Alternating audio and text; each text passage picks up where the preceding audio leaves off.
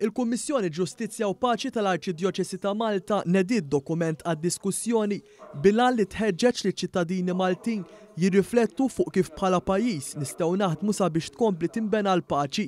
F'konferenza tal-aħbarijiet fil-Kurja tal-Arċisqof ġie spjegat kif dan id-dokument ingħata l-isem ta' jaħat, terminu bl-Ebrajk li jirreferi għas-sens ta' daw komunità.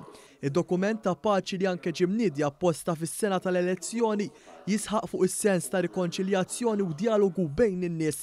Dan id-dokument huwa msejjes fuq 3 pilastri fosthom fuq dak li qal il-Papa Franġisku li jrid komunità li twarrab il-kultura tal-ħela u tagħmel post għal kultura tal-laqa. Kumment il-President tal-Kummissjoni Daniel Darmanin semma wkoll kif fid-dokument il-Knisja tipproponi bosta għodot. Proponu ammont ta' għodot li tal-im soċjali tal-Knisja għandu li jgħinuna f'din il-mixja tagħna lejn laqda u rikonċiljazzjoni nazzjonali li dawn huma il-verità, it-temperanza, il-kuraġġ kreattiv u anke il-paċenzja ħanina.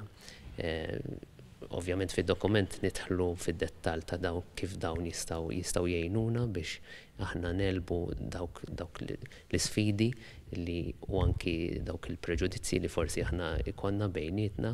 L-Isqof Awżiljarju Joseph Galja Kurmi semma kif dawn il-proposti jolqtu lil kulħadd, inkluż il-komunità nisranija. Hawnhekk huwa saħaq ukoll li dan id-dokument jagħti suġġerimenti sewja ħafna u wkoll ta' inkoraġġiment kbir għal kull min qed jagħti diġà kontribut validu fis-soċjetà. Il-Kummissjoni qed tħeġġeġ lill-individwi, familji, komunitajiet u l-politiċi sabiex jieħdu sehem f'din id-diskussjoni.